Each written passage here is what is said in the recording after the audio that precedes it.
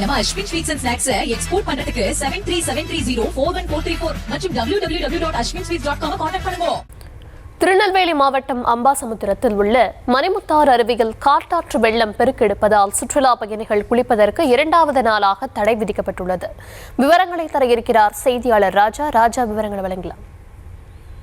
வணக்கம். திருநெல்வேலி மாவட்டம் அம்பாசமுத்திரம் அருகே உள்ள மேற்கு தொடர்ச்சி மலையில் உள்ள பிரதான அருவியான மணிமுத்தாறு அருவியில் ஆண்டு முழுவதும் தண்ணீர் ஆரம்பிக்கப்பட்டுள்ளது. இதனால் தினமும் தமிழக முழுவதும் மற்றும் பல்வேறு மாநிலம் இருந்து ஏராளமான சுற்றுலா பயணிகள் மணிமுத்தாறு அருவிக்கு வருகின்றனர்.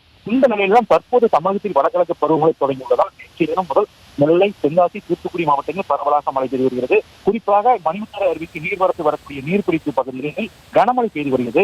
இதன் காரணமாக நேற்றைய தினம் அருவியில் நீர்வரத்து அதிகரித்ததால் சுற்றுலா பயணிகள் குளிக்க வனத்துறையினர் சார்பாக தற்காலிக தடை விதிக்கப்பட்டது. தொடர்ந்து இன்றைய தினம் கனமழை நீடித்து வருவதால் நீர் ஓடைகளில் காட்டாற்று வெள்ளம் ஏற்பட்டு மணிமுத்தாறு அருவியில் கடும் வெள்ளப்பெருக்கு நிலவி வருகிறது.